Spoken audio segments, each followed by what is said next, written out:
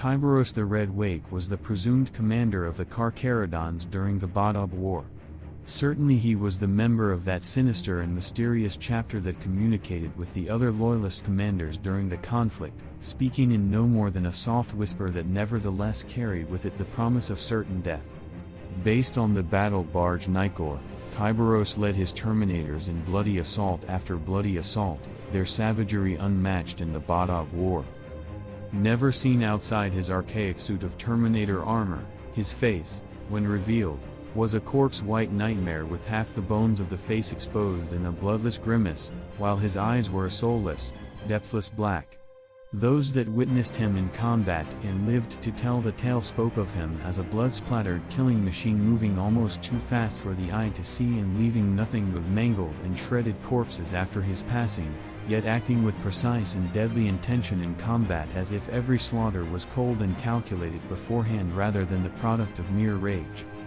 Tyberos gained a dark fame for his brutal combat prowess and the two unique power weapons with which he carved a path of mangled and shredded corpses through the secessionist forces. Known as Hunger and Slake, these ancient relic gauntlets combine barbed power blades with an inner maw lined with vicious teeth and are of a pattern and manufacture unknown to the adepts of Mars. During the Badab War, the mysterious chapter known as the Carcharodons arrived without warning in the Maelstrom Zone in 910.M41, unlooked for by either the Loyalists or secessionist forces. The sudden appearance of their fleet on the edge of the Golgothan wastes initially caused considerable alarm on both sides. Led by their baleful first captain Tyberos, also known as the Red Wake, the Carcharodons were the subject of considerable suspicion by the Loyalists upon their arrival. Surprisingly, their presumed commander Tyberos offered his cooperation with the Inquisitor legate responsible for prosecuting the Badab War as well as Lord Commander Carcharodon of the Red Scorpions chapter who served as the overall commander of the Loyalist Astartes forces. Tyberos presented them with the notices patent of his chapter, affirming its rights and titles issued by several High Lords of Terra and Inquisitors long dead. To verify his identity, Tyberos even submitted personally to psychic probing and gene sampling by the Inquisitor legate's staff.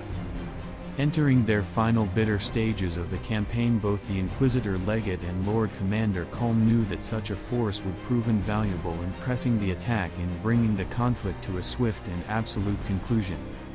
The Inquisitor legate vouched for the chapter and Lord Commander Colm accepted the Carcharodons into his line of battle, though he was still wary of their loyalties and deeply concerned that their long voyage into the darkness of the outer void had led them to significantly deviate from the Codex Astartes.